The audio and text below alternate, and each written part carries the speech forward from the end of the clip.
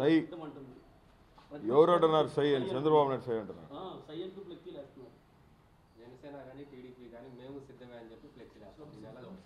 దేనికి సిద్ధం? ఒకడేమో జైల్లో పోయేదానికి సిద్ధం, ఇంకోటేమో 4వ పెళ్లి చేసుకునేదానికి సిద్ధమా?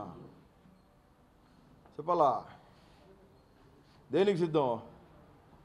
ఉత్తత్త పుత్రుడేమో బిర్యానీలు తిని ఢిల్లీకి పోయి తాయి మసాజులు చేయించుకుంటూ ఉంటాడు రఘురామకృష్ణరాజు ఇంట్లో.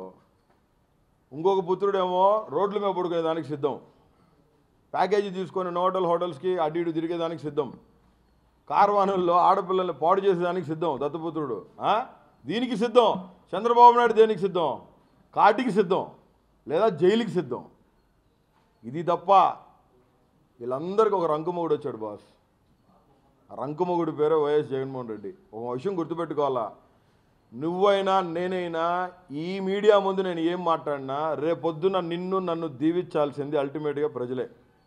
ప్రజల దీవెనలు ఉన్నంత కాలం ప్రజానాయకుడిగా బతుకుంటాం. ప్రజల దీవెనలు పోగొట్టుకుంటే ఆ రోజు రాజకీయ సమాధి కట్టబడుతుంది. చంద్రబాబు నాయుడు అనేవాడు రాజకీయ సమాధి వాడే కట్టుకున్నాడు.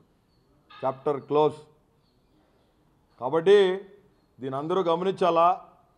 పార్టీలో నుంచి స్వలాభాల కోసం వెళ్ళిపోయే వాళ్ళ గురించి మాట్లాడడం పోండి, కానీ మీరు పోతా పార్టీ గురించి చెడు చేసిన గౌరవ ముఖ్యమంత్రి గురించి మాట్లాడినా నా కొడకలారా మీ ఇళ్లలో మీ బెడ్రూమ్లోకి వచ్చి కూర్చుంటాం. ఇదైతే మాత్రం ఖచ్చితంగా హెచ్చరిస్తున్నాము.